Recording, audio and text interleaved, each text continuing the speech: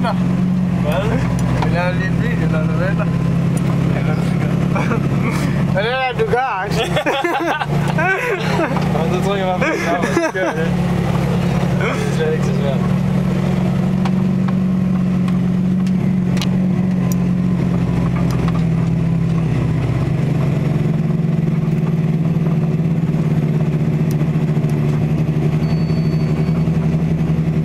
Så har Axel vist os, hvordan man vender med den her.